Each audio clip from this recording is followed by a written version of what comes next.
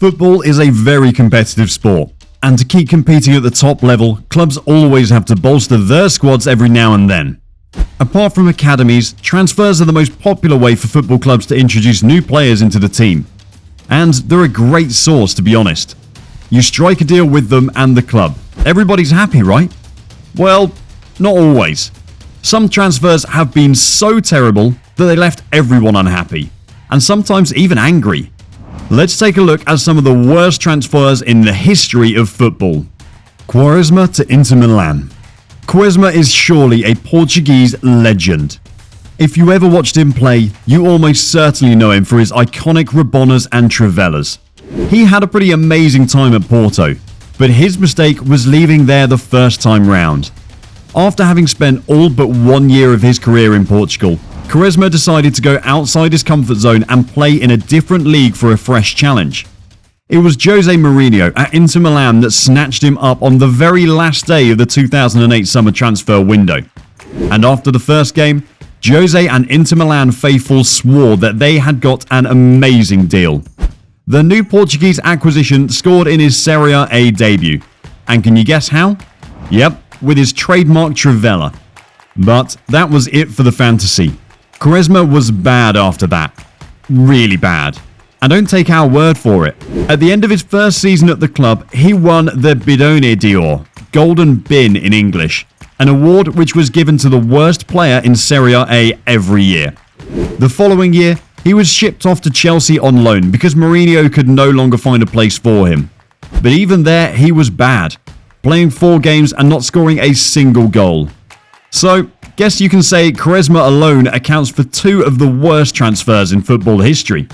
Balotelli to Liverpool.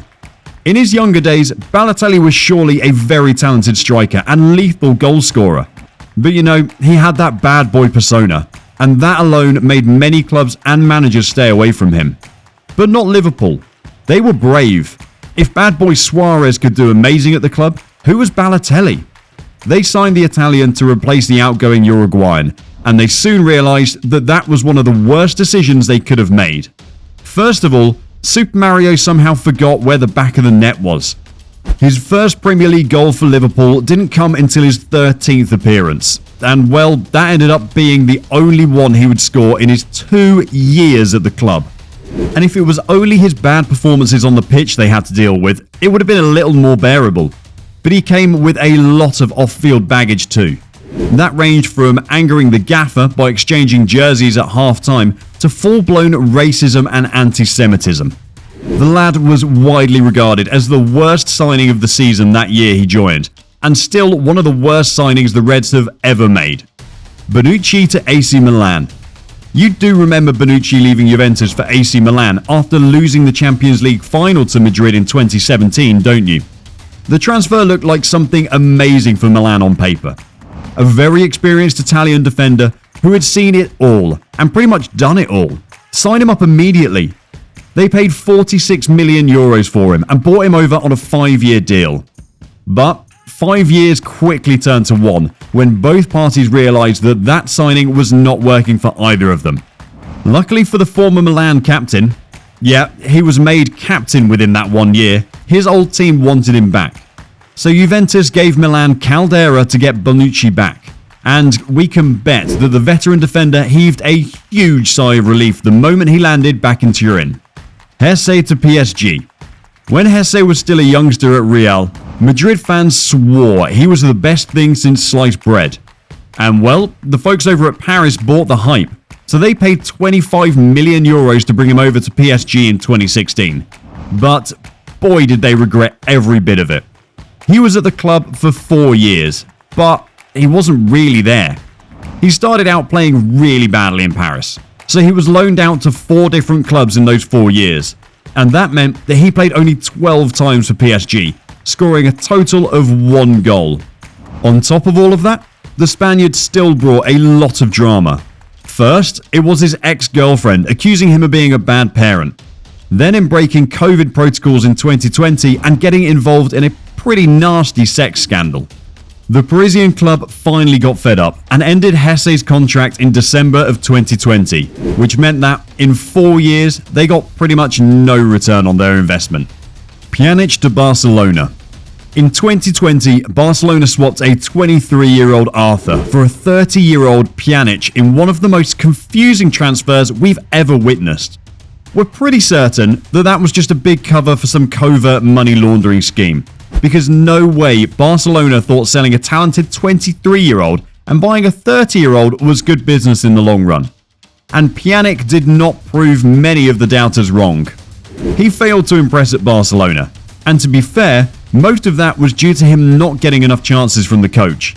But when he was even given a chance, the Bosnian missed a penalty, so they loaned him off to Besiktas in 2021. Ibrahimovic to Barcelona. Ibrahimovic was not a very good signing for Barcelona. Yeah, he scored quite some goals in his 1 year at the club, but it was still not up to what the fans were expecting from the Swede. His relationship with Pep Guardiola deteriorated months into his tenure, and he just had to leave the club. But we think this signing was even worse for Zlatan, because it was just like the Swedish superstar was trying so hard to dodge a Champions League medal. You probably know this story. The season before he joined Barcelona from Inter, Barcelona won the Champions League. The season after he left Inter for Barcelona, Inter won the Champions League. Then even the season after he left Barcelona, this time for AC Milan, Barcelona won the Champions League. And till date, still no UEFA Champions League medal for the legend. So sad. Drinkwater to Chelsea. Chelsea had already acquired Kante from the 2016 title-winning Leicester side, so they decided to double up on that in 2017 by adding Drinkwater to their midfield. Kante transfer had already quickly paid off in the short term, so they expected Drinkwater 1 to follow suit. Unfortunately, it didn't. It even started out pretty bleak for the Englishman, with him having a delayed debut due to an injury. He struggled to get back to full fitness and get playing time, but it all got a lot worse when Chelsea signed a new coach, Maurizio Sarri, and the Italian came with his own midfielder, Jorginho. Sarri wasn't interested in Drinkwater at all. In fact, the following season, Drinkwater, who was now fully fit, didn't even make a single appearance in the Premier League. He didn't even come off the bench. So at the end of the season, Chelsea decided to do what they do best with players, loan them out. Since 2019, the 31-year-old has been at 4 different clubs on loan. And we just know that Chelsea are waiting for his contract to expire in the summer that they can finally and permanently get rid of him. Now that we've mentioned Chelsea, we should just go ahead to mention that transfer. You know the one that we're referring to. Fernando Torres to Chelsea. Do we really need to talk about this very transfer and how bad it was? You surely already know the entire story. Torres was not just the best striker in England at the time, he was the best striker in the world. So when Chelsea broke the British transfer record to bring him over to Stamford Bridge, nobody batted an eyelid. We were all sure he was worth it. But he came over to the club, and the Torres we saw was a totally different man. He struggled to find the net in his first season at the club, scoring just once before the end of the 2010-2011 season. And it never really got any better as the years went by. He scored just 20 goals in nearly 4 years at the club. But at least Chelsea fans have that one goal against Barcelona in the UEFA Champions League semi-final to hold on to from this horrible, horrible transfer. Carroll to Liverpool. Torres leaving Liverpool forced the Reds to hurriedly look for a replacement, and Andy Carroll was the chosen one. Not much to say about this, except that this man, who's still the most expensive English striker of all time by the way, scored just 6 goals in his 2 years at Anfield. Dembele, Coutinho and Griezmann to Barcelona. What better way to sum up this video than with the triple threat of Barcelona?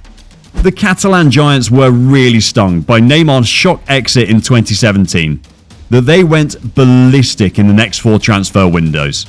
First, it was Dembele in the summer of 2017, then Coutinho in the next window, then Griezmann the following year.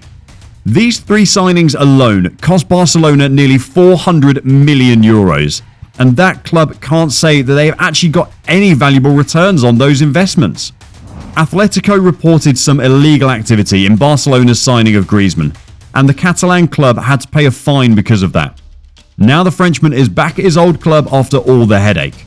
Coutinho's case was pretty funny and embarrassing because Barcelona had to pay his former club a bonus for him winning the Champions League with another club. Mind you, he joined that club to humiliate Barcelona on his way to that UEFA Champions League medal. Anyway, he's now back in the Premier League with his former captain, and Barca fans are really hoping he gets bought for about a third of his initial fee. Finally, the last of the three.